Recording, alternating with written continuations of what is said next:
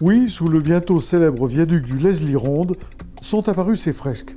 Autrement dit des graphes colorés à la bombe sur 4 piliers. Des graphes et pas des tags.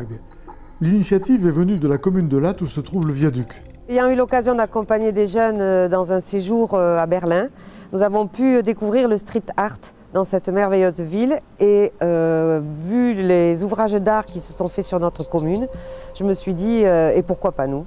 Agréé par Vinci Autoroute, le projet, coordonné avec Eurecart, une association spécialisée sur les arts de la rue, a permis à 2 artistes peintres, assistés par une quinzaine d'adolescents venus du centre de loisirs Nelson Mandela de Latte, de décorer ces 4 piliers. On a beaucoup travaillé avec les ados dessus.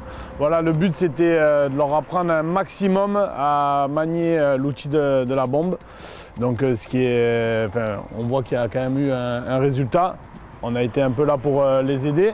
Mais voilà, ce qui est bien en fait sur ce projet, c'est de donner envie aux ados de s'intéresser au graffiti et peut-être par la suite de découvrir certains artistes futurs sur Montpellier, quoi.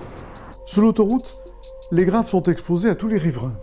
En tout cas, nous, on avait un cahier des charges, mais derrière, le but avec donc, le deuxième artiste avec qui je travaillais, Onk, c'était vraiment que ça plaise à un maximum de gens, quoi. Parce que le but, c'est pas de faire quelque chose que pour nous.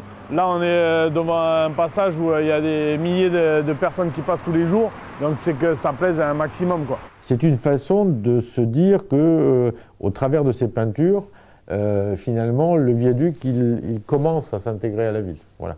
Et ça, voilà, je trouvais ça très intéressant. Et aussi intéressant que finalement, ce soit des adolescents qui s'approprient cet espace. Voilà. Donc, ça veut dire que quelque part, il s'intègre. Voilà.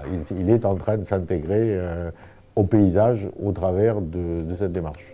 Voilà donc les premières œuvres d'art qui, sous le long viaduc, pourraient déjà préfigurer un musée pour l'avenir. Notre souhait, c'est vraiment de finir par faire un musée à ciel ouvert comme il y a à Sète.